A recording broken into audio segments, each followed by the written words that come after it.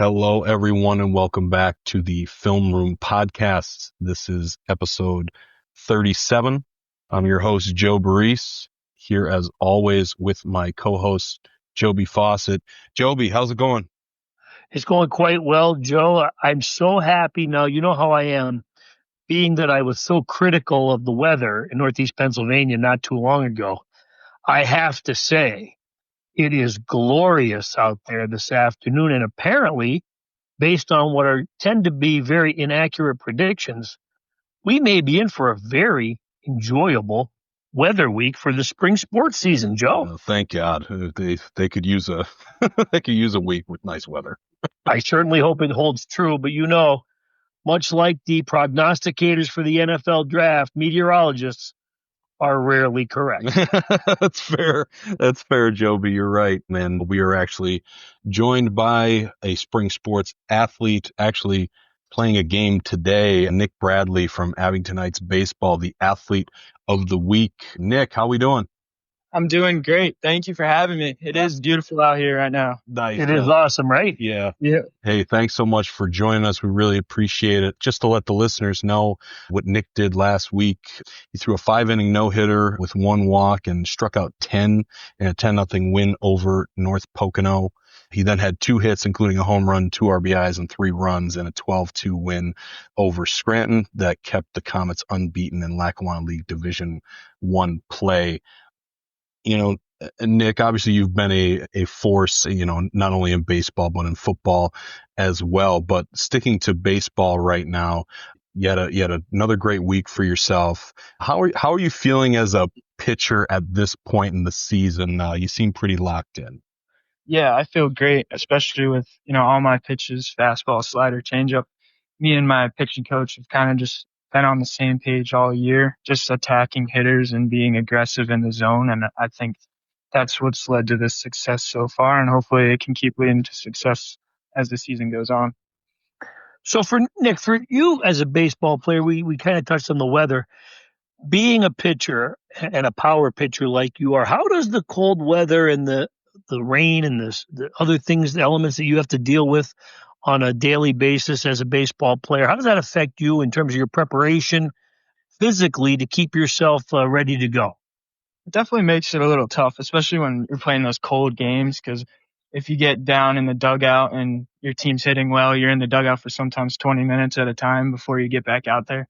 So the muscles tense up and stuff, but I try to stay as warm as I can in the dugout. And I've been kind of fortunate. Most of my games have been in warmer weather, but we've played one that was a little colder, and I could definitely tell that my muscles were tighter, and I just kind of had to use my other pitches a little more. I'm just curious, Nick, like you are a power pitcher, you got a great slider. You said the slider's working. I'm just curious though, how fast can you throw?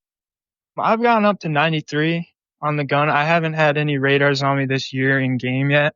Yeah. So I'm kind of interested to see what that would be like. But this offseason around 93, when the adrenaline gets up there around 93. Absolutely. And just to follow that up, you're also hitting really well. I think you're hitting around 475. At least that's according to our stats.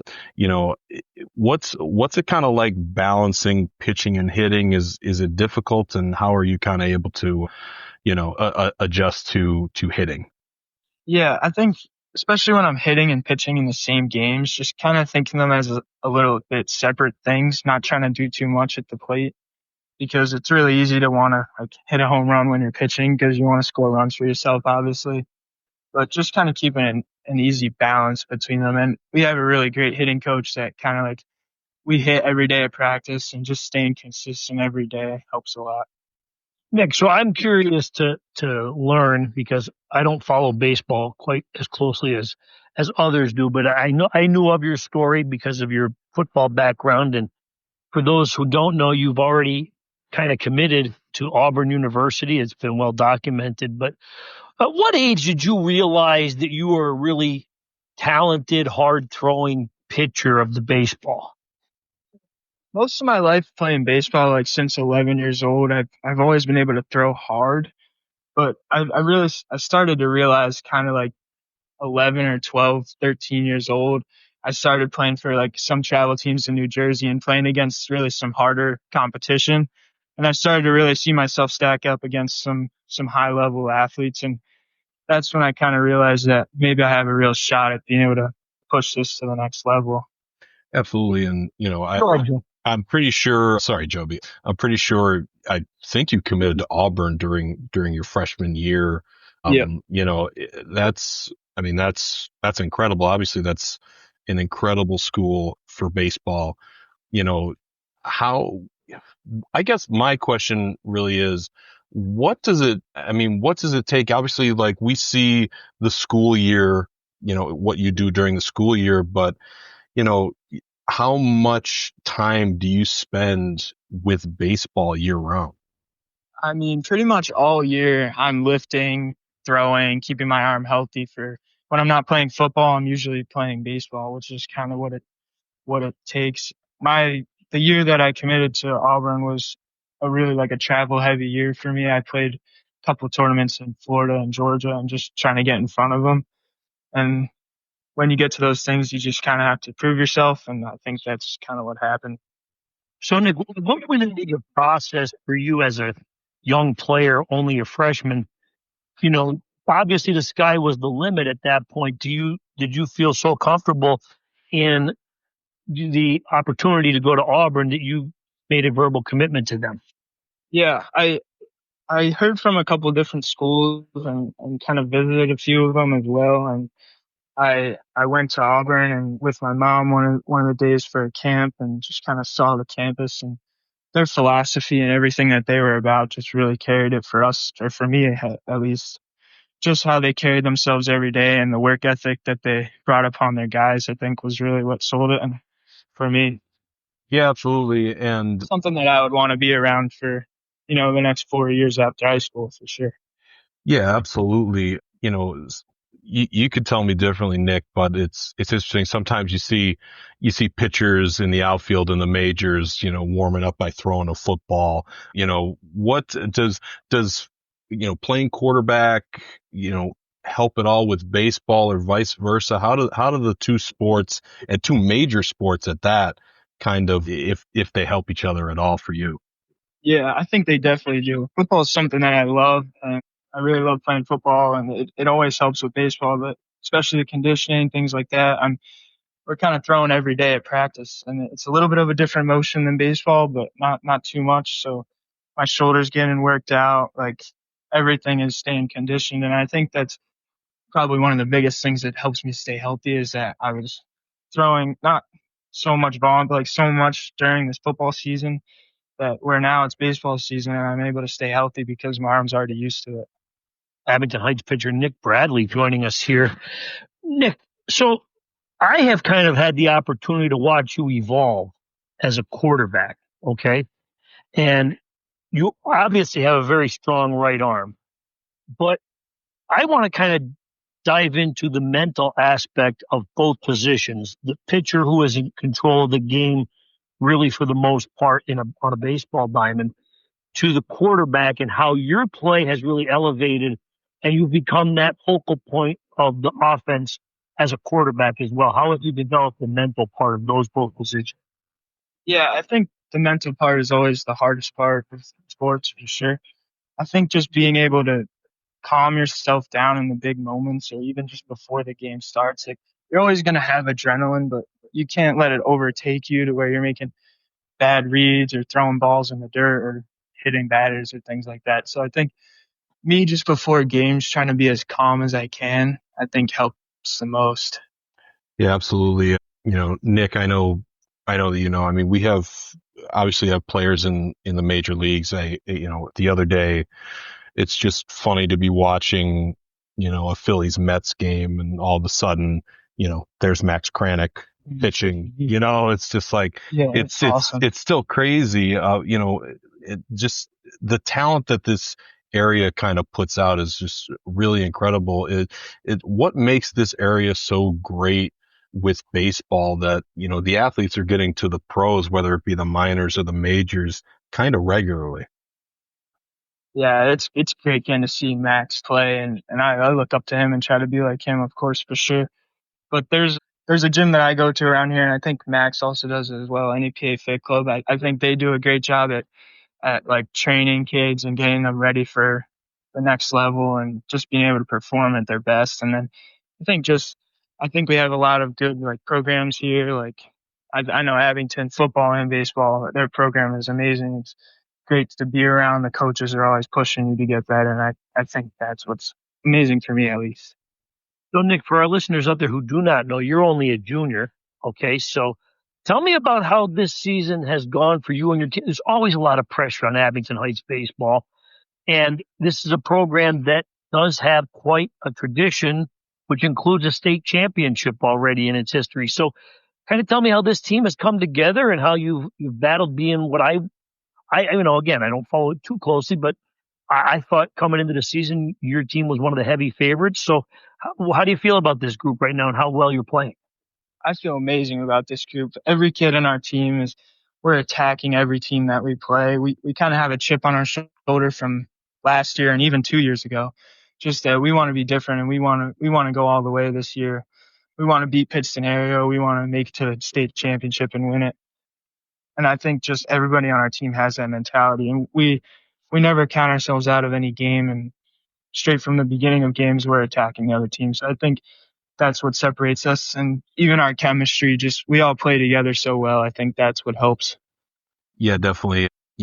Nick, did you obviously you mentioned Piston area. You guys lost to them in the district semis last year, but I'm sorry, it's a sub-regional, so it was really the District 2 championship. But did you learn anything from last year? Obviously, you played Pittston twice last year, played them once earlier in the year. You beat them last year. What have you learned anything from last year? I think from that game, I just learned that I hate losing in the big game. To be honest, Yeah. It really hurt last year. I thought we could make it really far, and then I didn't have my best game or my best stuff, and I'm not going to let that happen this year for sure. So, Nick, as a pitcher, I often, when I'm watching the Yankees casually, and you always often hear an announcer say, the pitcher just doesn't have his good stuff. And I only played baseball for about an hour and a half. So, when you're a pitcher and when do you get that sense of when everything is going well, or how do you fight through those efforts when maybe you don't think you have it? Yeah, I think it all comes back to the mental side, no matter what, when you're having an off day. So I think it just comes down to you versus the other guy every time, and you got to learn to pitch without your best stuff for sure, and just kind of almost take it to the mental side. Like, I just want to beat this guy or something like that. I think that's what gets me through it the most. Just taking the competitive side all the way.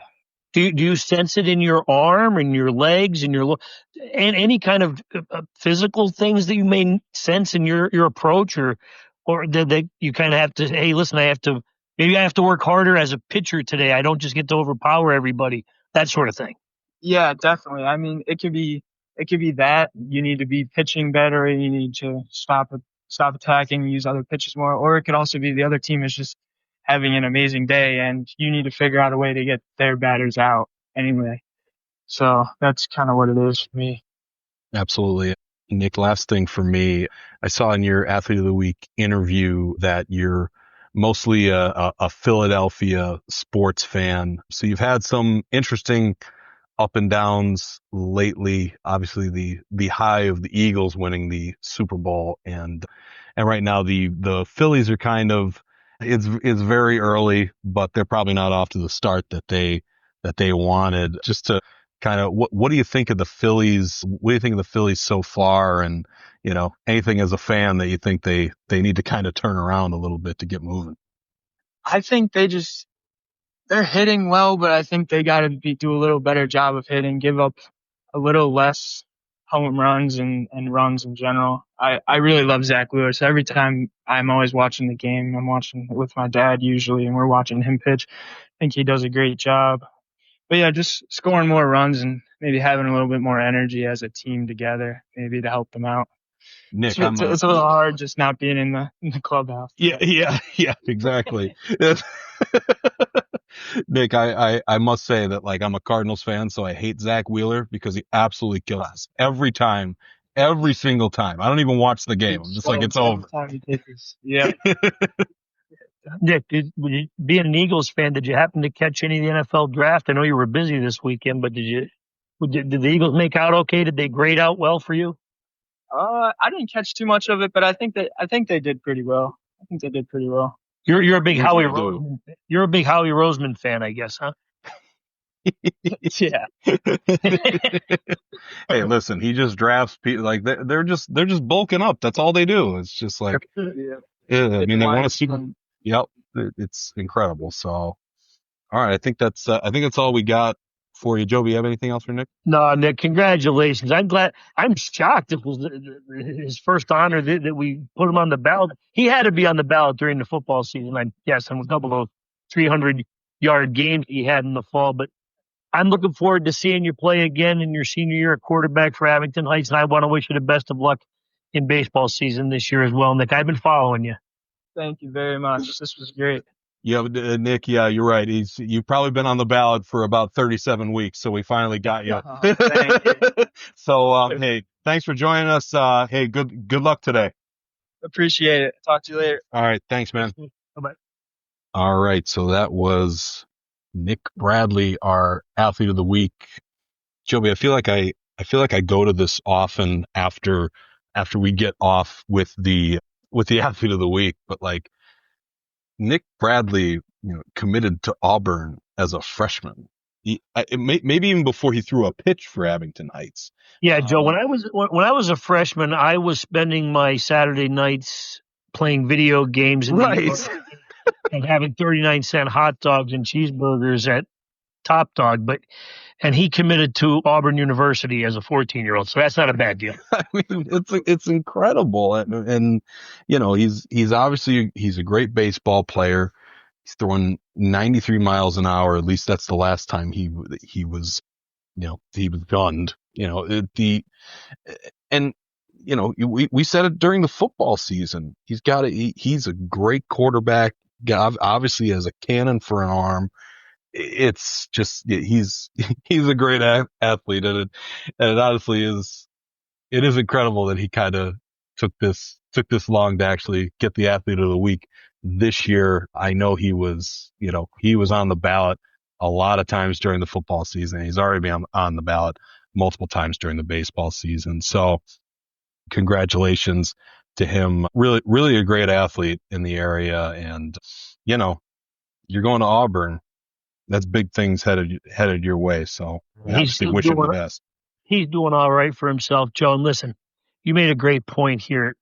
The baseball players in our area obviously have really kind of distinguished themselves as they put in the time. Yes. I think is the biggest difference. When you ask Nick what his thoughts were, but it's kind of different because he's in the moment. Right. When you have an old geezer like me, okay, who's been around, I've been doing this now 30 plus years, right? Right.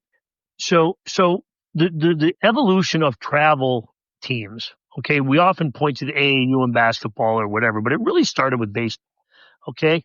And any time you commit the kind of time and effort and resources in your own family life to your kind of athletic development, you're going to see reap some rewards. Now, again, I'm more of a multi-sport guy, and Nick does too. He plays football, so I don't want to point this at him, but certainly you've seen that. You talk about Max Kranick there. We know Jake McCarthy has spent time in the major leagues here, and he's with the Arizona Diamondbacks now. His brother Joe McCarthy.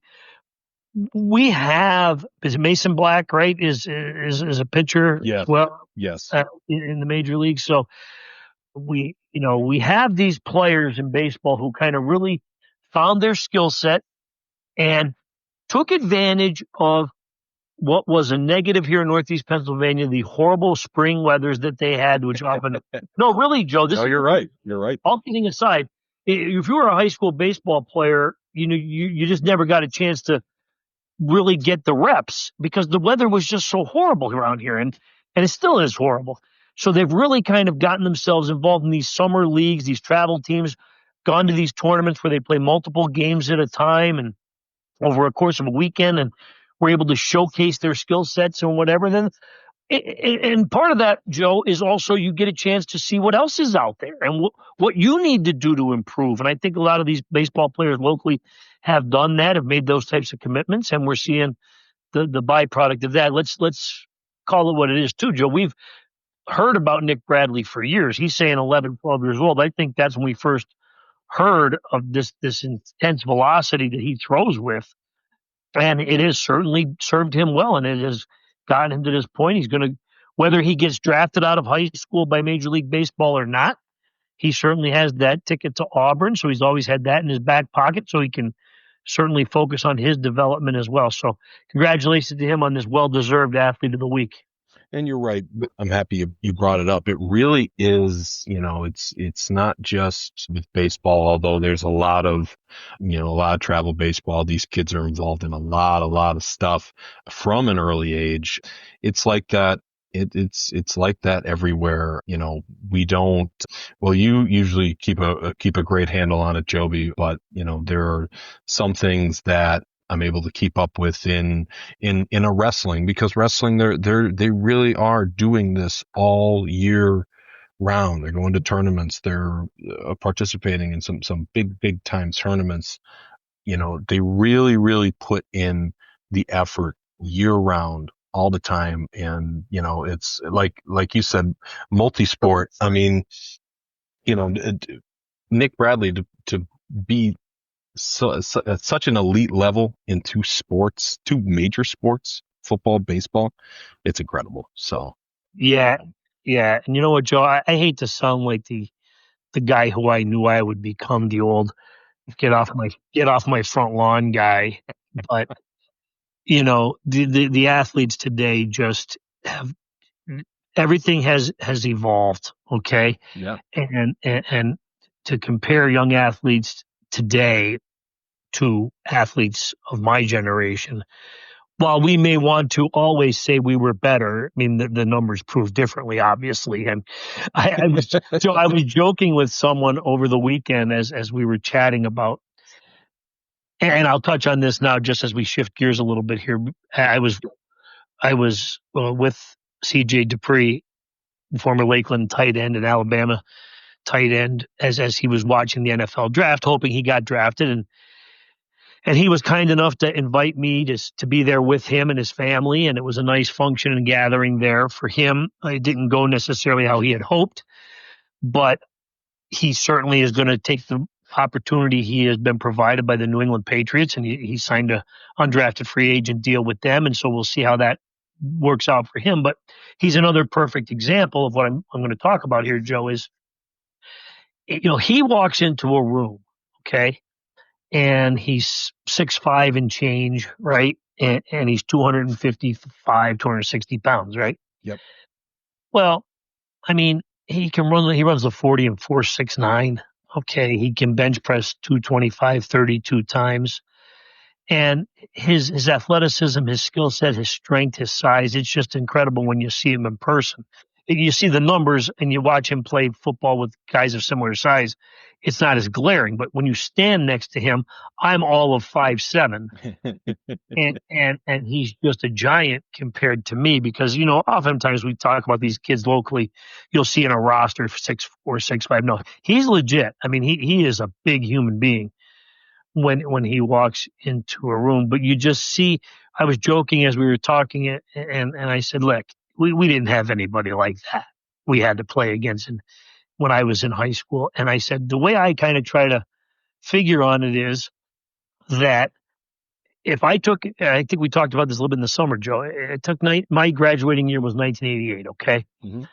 And now we're at 2025, Joe. And I know you got a D- in math, but if you do just the quick math, okay, you're in the neighborhood of 37 years, right? Yep. Okay. So I always kind of deal with it mentally is take 37 years off of 1988, the other direction. Okay. Gotcha. So that means I've got to compare the guys I played with and the athletes I played with, male and female athletes. And I would need to go back to 1951? Right? Yeah. 1951? Yep. And there's probably no comparison there either. You know what I mean? That's a good point. Yes, yeah. People don't often do that. They often just say, "Hey, geez, when I played, we had guys like that." Oh yeah, did you? Exactly. Exactly. I don't think so. Exactly. But that being said, certainly congratulations to CJ Dippre. We want to wish him the best of luck. It was not easy for him, but having to sit there. But both draft prognosticators had him going and getting drafted, but he did not. But he's going to land on his feet, and he's going to do the area proud, just like those pitchers and baseball players who are in the minor leagues and major leagues for baseball. He's going to work hard. He's going to give it his best shot. That's for sure. Absolutely. And Joby, I want to kind of continue on that, but let me tell you something about my math career. I've always thought this was a very funny thing. It might get me into trouble, but it's, I'm long past high school, but I did take the AP calculus exam. So, we were, you have to go into another, you have to go into a room and everything. And there was one point during the exam.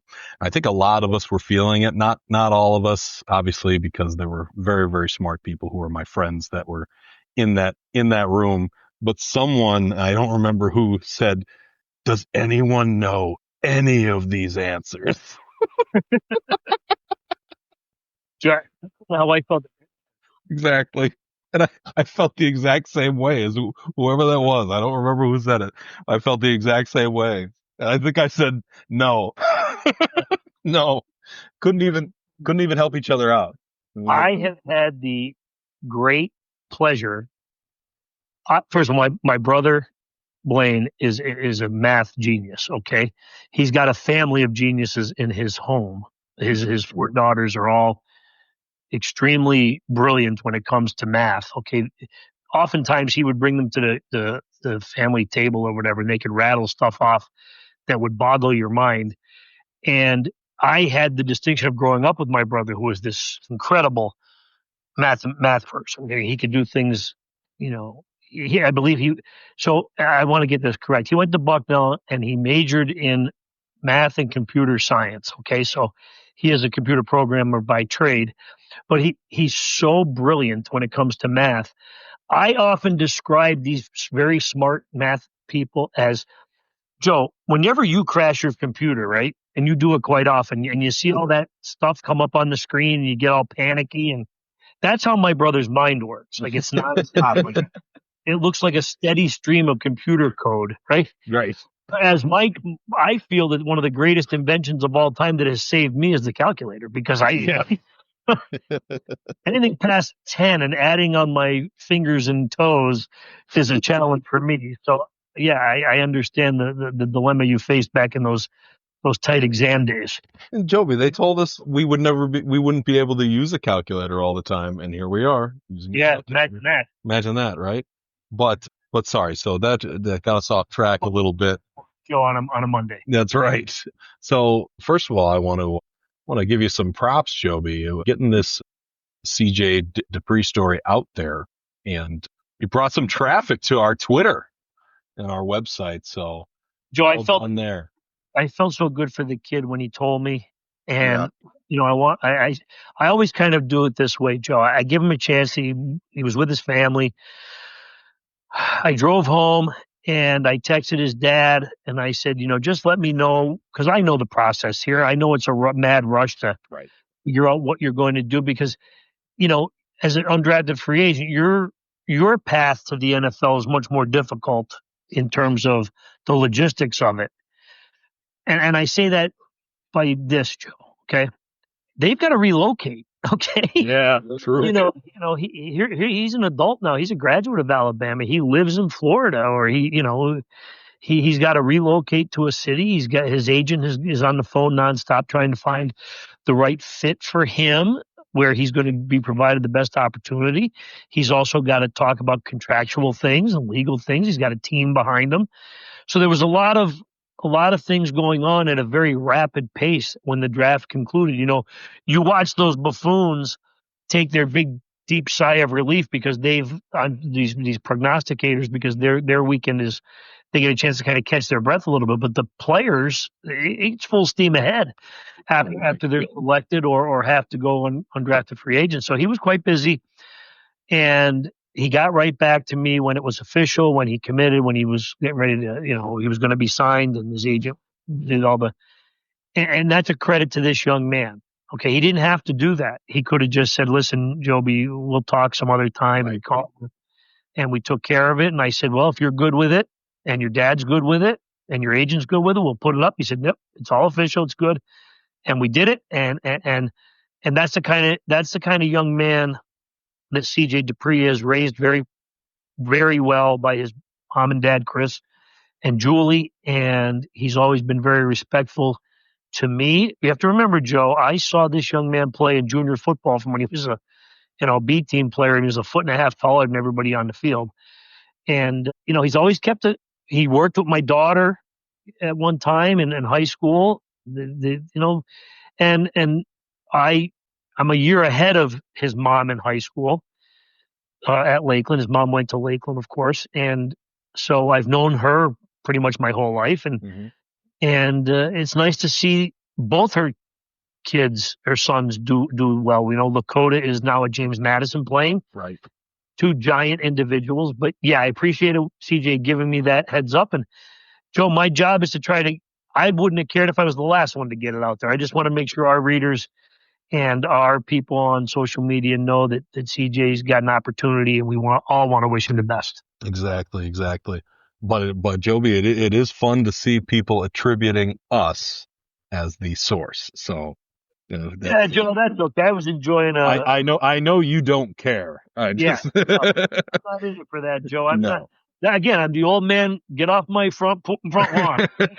Exactly. But what doesn't register for me, but apparently it's going to have to at some point, I think. But Joby, what I also want to get to on that is that you could see, number one, when you shared that on Twitter, and people retweeting, commenting, quote tweeting, they were so excited that the Patriots signed him as an undrafted free agent. And I think it really goes to show, like you said, his commitment, what he did, and he really did open eyes to, and it was also very interesting, like kind of watching on ESPN and seeing on ESPN.com that he was the best available tight end in the later rounds. And when the Broncos came up, ESPN said best fifth, CJ Dippre.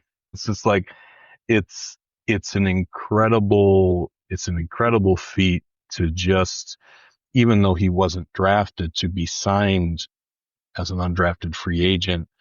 And better than I do, how hard it is as a football player to make it as far as CJ has right now. You could go back to, you could count up this area's, NFL players, there aren't that many, they're not the modern era. Right. Exactly. You go back to like you had mentioned in your story, Jerry Boyarski. I know his son, great guy, but Jerry Boyarski, Chris Snee, obviously more recently from the Wyoming Valley Conference, Connor McGovern, Mark Lewinsky. There's there were a couple of speedsters from Wilkes-Barre Myers who happened to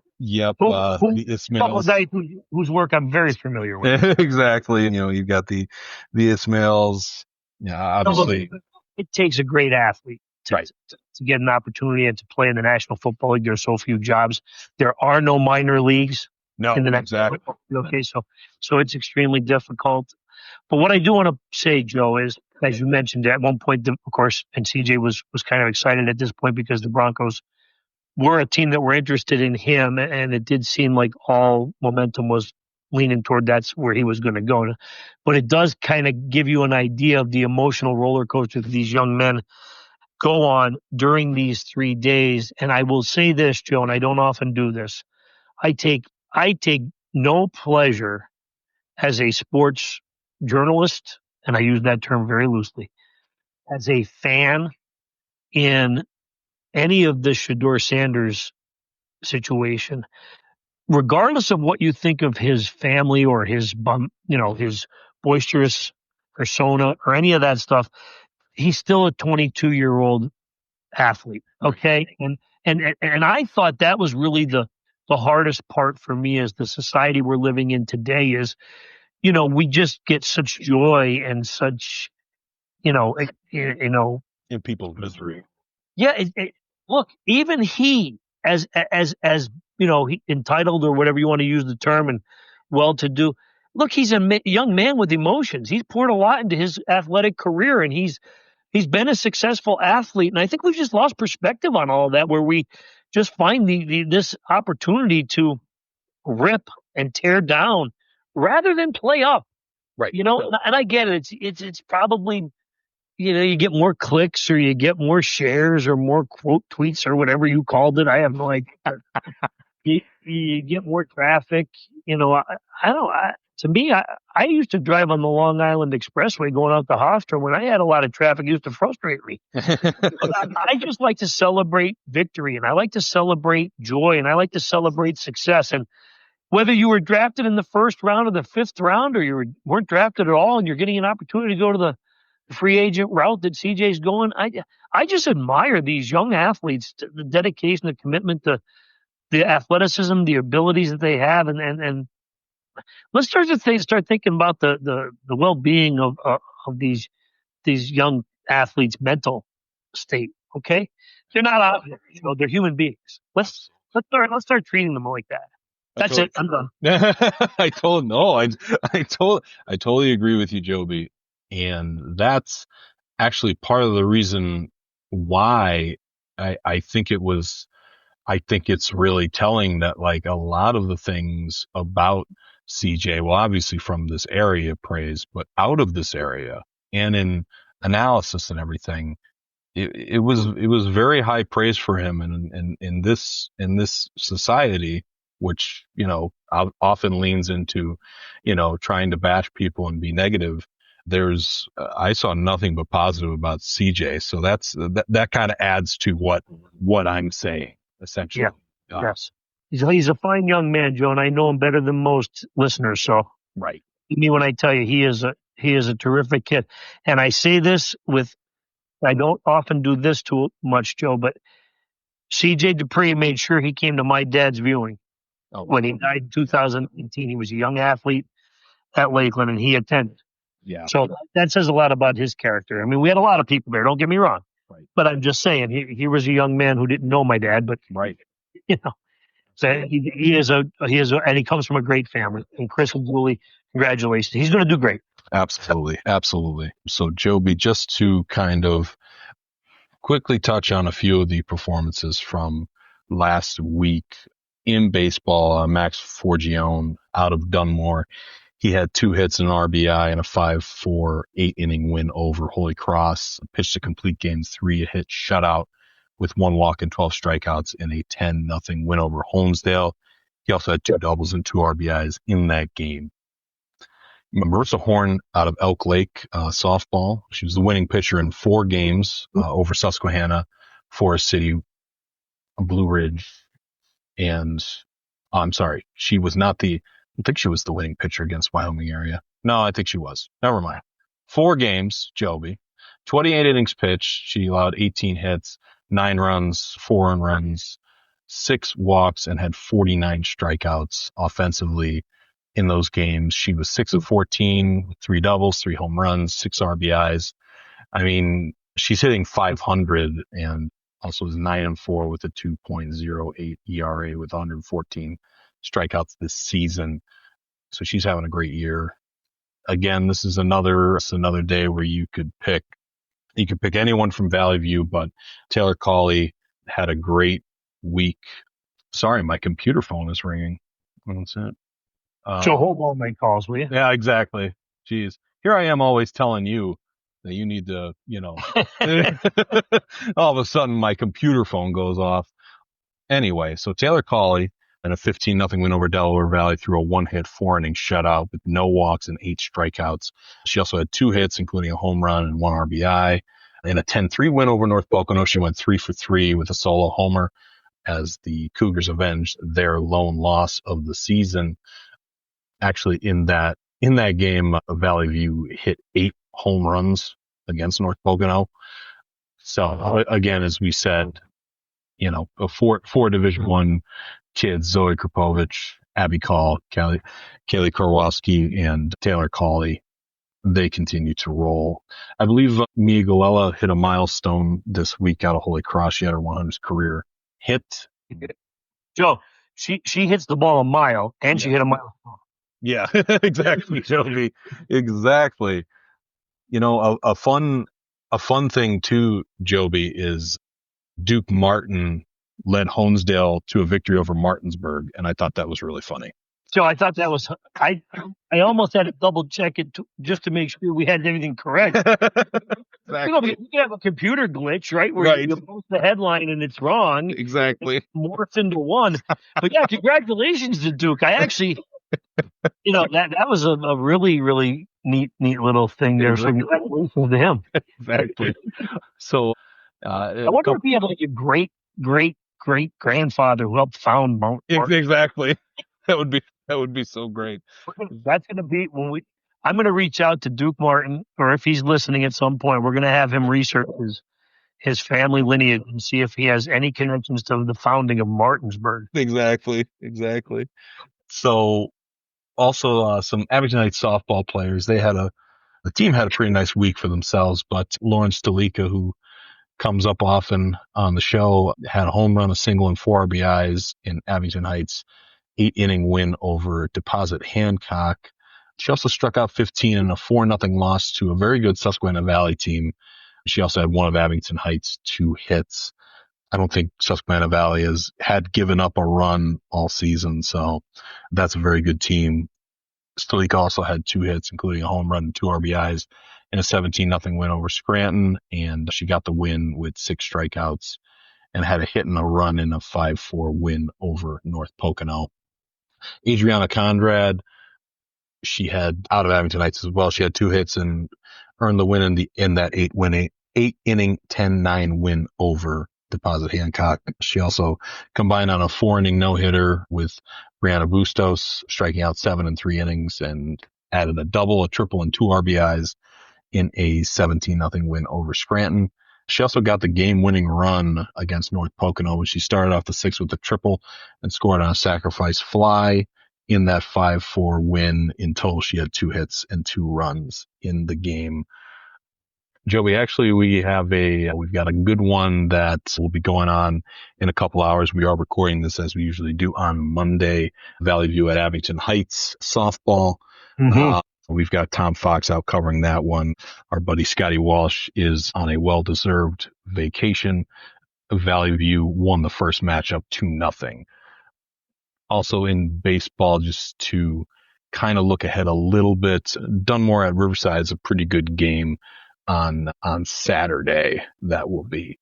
So, Joe, listen, really quickly for our baseball and softball fans out there, Tommy Fox doing softball had a great notebook in over the weekend, and Scotty kind of gave us an idea where we are here as the regular season is going to be getting within the 2-week wind down period ahead of the district postseason. So kind of follow those division championship races there. He did a real nice job with that over the weekend. Exactly. And, as we mentioned, playoffs are fast approaching. I believe they start. Joe, speak for yourself. I've got playoffs starting this week. Yeah, Never mind. Say, yes, that was going to be my segue, Joby. Segue is way too big a word for me. So, and we had Joby. I don't know how much you could cover. We don't have the time.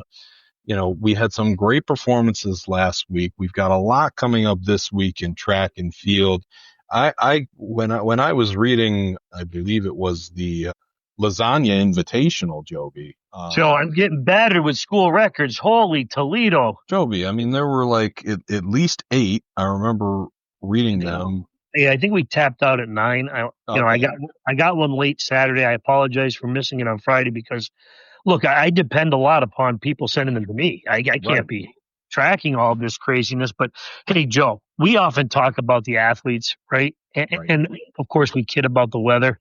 But I have to admire the performances for those kids. And Joe, I'm going to do this off the top of my head. I probably shouldn't, but I know several of them. To be able to perform at that level, to set school records in what they had to compete in on Friday. It was raining. It was windy. I wasn't at the Wyalusing facility, but I was getting reports from the coaches.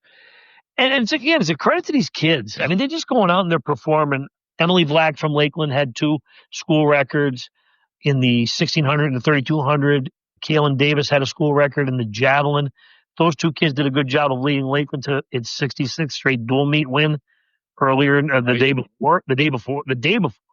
So that was pretty good. The young man who I missed on Friday night did from Holy Cross, Jacob Perobi, he set a school record in the 100-meter dash. So congratulations to him. I believe we've had Avery Ronke from Lackawanna Trail a number of times. He's broken school records almost every time he runs throughout the course of this year. But Joe, with him, what's so funny about watching him have such a great season here this year in the 1600 and 3200 is I coached his dad, Tim, when his dad was the quarterback at Lackawanna Trail back in 1997. So that's what you talk about me feeling old. My goodness. Absolutely. Joby, I think you've hit on most of them. Mountain View's Michael Beach set a school record in the 3200. I got late Friday. Okay.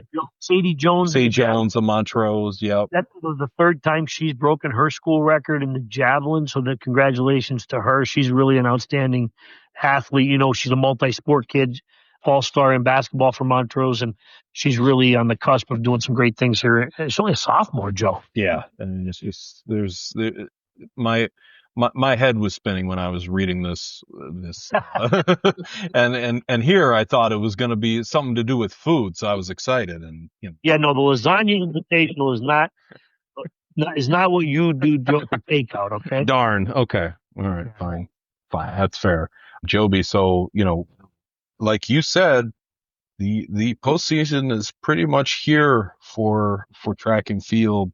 Hey, so yeah, Joe, we're going to finish up with some dual meets here on Monday and Tuesday, but all the division championships, if you caught my notebook, have pretty much been, at the very least, decided. I think there's only 2 where teams won't at least share the division championship, and that would be Elk Lake and Susquehanna. Those 2 teams will run against each other on Wednesday, and Abington and Scranton will run on Monday night, so we'll have that result by Tuesday to see who will be the girls' Division I champion there. But for the most part, in track, Joe, we don't break ties. We don't have time. Right. So teams have the same record. By chance, they'll share the division championship. So that's where we're at there. But I want to point out, Joe, Jordan Relays is Thursday. Right. So that event is the 69th time we're going to run it. And it is always an exciting night, but that is the official start to the postseason in track and field. So yeah, and Joe, just a quick thing here. Tennis, high school tennis. Abington Heights will finish out the regular season, I want to say tomorrow, Tuesday, against West Scranton. And then we're into the postseason with quarterfinal matches Thursday and Friday in District 2 team tennis. Right. Jeez. Yeah, that's where we're at. Spring season. It's incredible. Joby, I can't keep up. And I've cut my grass twice already, Joe. Exactly. Exactly. And Joby, there's volleyball too. I didn't even... Okay, yeah, Joe, just keep pouring it on. Yeah, so Valley View and Abington Heights will play Tuesday night, and that game will decide the division champion, or at the very least, unless if Valley View were to pull an upset, they would tie Abington Heights and they would play that one off. Okay, if they have a tie in volleyball, they'll play it off. Gotcha. And Abington Heights has actually some really big game matches ahead of it from against Wyoming Valley Conference opponents, because the way the Lackawanna League does its schedule is it gives it a week of crossovers to get ready for the district playoffs. So that's upon us. I'll probably try to get to that match between Valley View and Abington on Tuesday night. But Joe, also, I know you're on top of this. Wednesday, Delaware Valley at Scranton Prep boys lacrosse. Both teams undefeated in the Wyoming Valley Conference. They both feature, and I would venture to say, both teams have one or two players who are going to be strong candidates for Player of the Year. Excellent. That's so we've Joe. Yeah, you've got Scranton Prep at the very least. You've got Brady Holmes, right, and you got Mackie Lynett, who are going to be a high contention for Player of the Year. Both are very outstanding offensive players in boys lacrosse. Getting recruited, that sort of thing. And Peyton LaRocca from Delaware Valley, he was our Player of the Year 2 years ago when he was a sophomore. Right. He is a career milestone every time he gets on the field. So there's some really outstanding talent going to be on display in that matchup. And Joe, having covered this match a couple of times, there's no love lost between those two programs. Yeah. They both respect each other because of what they've done for boys lacrosse in the area. Sure. But look, as Ric Flair often says, Joe, to be the man, you got to beat the man. Woo! I was just going to say, I thought you said woo. Yes, and that's how Delaware Valley feels. That's how Scranton Prep feels about going against Delaware Valley. So Scranton Prep wants to continue to take the next step in its progression. They won a district championship last year. Now you want to try to beat Delaware Valley. Absolutely, Joby. So a lot going on. The spring season moves forward. So, Joby, I don't know if you want to hit on anything else. You've been carrying the podcast here for the last 15 minutes or so. So, Joby, my head is spinning. Exactly. I feel like, what was that character in The Exorcist? Joe, you're a movie buff. Joby, I don't like horror movies. I know. That's incredible when I talk to you about that. It's crazy. Well, Joe, since we have a few minutes you want to kill, I do want to let you know that I have on my agenda, now things can change, as you know, to go see The Accountant 2 on Wednesday. Excellent. I am a huge fan of the first movie, The Accountant. Yes. I thought it was very underappreciated. Yes. And again, a lot of that ridicule is because people don't take Ben Affleck as a very serious actor at times. Right. He has received rave reviews from some of his other roles, and I thought he did a great job in that movie. So I'm looking forward to seeing the follow-up, the sequel, which is, I believe, 9 years later. And, oftentimes the sequel doesn't live up to the first movie. But by the reviews I have seen, Joe, and you know better than I in this regard, people are pretty happy with The Accountant too. Sure. I'm really happy you brought this up because I really wanted to bring up The Accountant 2 and Sinners as well, which was released last week. Accountant 2 came out this past weekend. Sinners had a 10% drop at the box office this week. So that is, the word of mouth is getting around on that film. It's a great film. I don't really know that it's up your alley, Joby. I don't know that you like vampires, but as long as they're not biting my neck, Joe. It's true. But it's an excellent film with absolutely just top tier talent in the movie industry. Ryan Coogler's director, Michael B. Jordan playing a dual role, twins, Haley Steinfeld. There's just a lot of talent. It's a great movie. It's one of the best movies I've seen this year. And the buzz is obviously getting around. About a 10% drop from week 1 to week 2 is absolutely incredible. I mean, it's an original movie. And Joby, The Accountant 2 was excellent. I loved it. I honestly think that this is one of Ben Affleck's best roles. You've got more John Barenthal this time around, and he's absolutely excellent. The way they play off each other is excellent. It's really well directed by Gavin O'Connor. There's some great action sequences. It's funny. It's emotional. In very rare cases, Joby, as you know, the sequel rarely outshines the original. And I, like you, enjoyed the original a lot. this takes everything that was great about the original and makes it and improves upon it, or at least focuses on the great parts of the first one and makes a great movie out of the second one. Joby, you're gonna love it. I don't want to say too much about it. That's okay. I take your reviews to heart. As you know, one of the great parts of The Accountant, the first one that I enjoy, is J.K. Simmons as Ben Affleck's character. Christian Wolff comes up behind him in one of the sequences, and he asks him if he's a good agent. And J.K. Simmons says, "Not particularly." That's how I often feel when people ask me about me as a sports writer. Are you a sports writer? Not particularly. That's true. That's true. It's just a great line. It is a great line. Well written. It's just so in the moment. Well, here he is in this life or death moment of, and he's honest. He's just, not that good. Yeah, not that great. Exactly. It's true. It's true. And there's so many great parts of The Accountant, the first one, and I trust your judgment on a lot of things, Joe. Absolutely.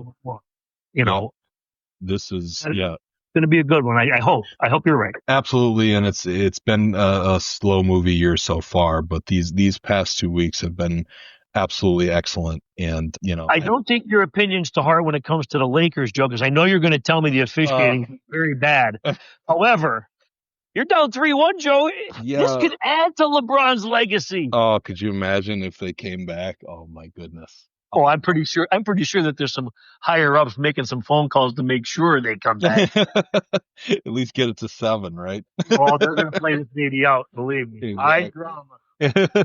Well, I hope you're right, Joby. But that was a very disheartening loss yesterday. So we'll Joe, anything that's a disheartening loss, you always are able to blame the referees, which JJ Redick, to nobody's surprise, being a Duke graduate, wants to blame the referees. How dare you, Joby? How dare you? Joe, you being a Duke fan, you've got to be used to this process. This is exactly their game plan. Joby, don't make me mad at the end of our podcast. This will go well, Joe. When the Lakers win this series, all will be well. That's fair. That's fair. Everything's fine in the NBA. No worries. Don't look here. I hope you're right, Joby. I hope you're right. Nothing to see here. Nothing to see here. Listen, I don't care what it takes, Joby. I don't care how the Lakers win a title. Just do it. It's not hard. Just get it done, Joe. Well, you know what they're going to do? They're going to trade for Giannis in the offseason. Why not? For a number 2 pick or something. Yeah, that's right. Yeah. So don't worry. Okay. I won't worry, Joe. So you crack me up, Joby. All right. So that's, I think. All right. I'll let you know how the accountant. I'll let you know my thoughts on The Accountant next week. Please do. I think you're going to enjoy it. I was a big fan, obviously. So we're going to wrap things up here. All right, my friend. Yeah. Thank you to Nick Bradley. Yeah. He was excellent, and he was the Athlete of the Week, Times-Tribune Athlete of the Week, brought to you by the Lehigh Valley Orthopedic Institute. Check out his Athlete of the Week interview with Scotty if you want even more. That's going to be in Tuesday's paper. It'll be online as well, the Times-Tribune.com/sports. And continue to follow us. It's going to be another busy week, another exciting week, a lot of action. So, Joby, thanks so much again for joining me. Thank you, Joe. Everybody out there, have a great week. And you too, Joe, hang in there. We're going to get through it. Yep. I apologize. I just want to throw in really quickly that I am going to Ohio next week, so I don't know what we're going to do about the podcast situation.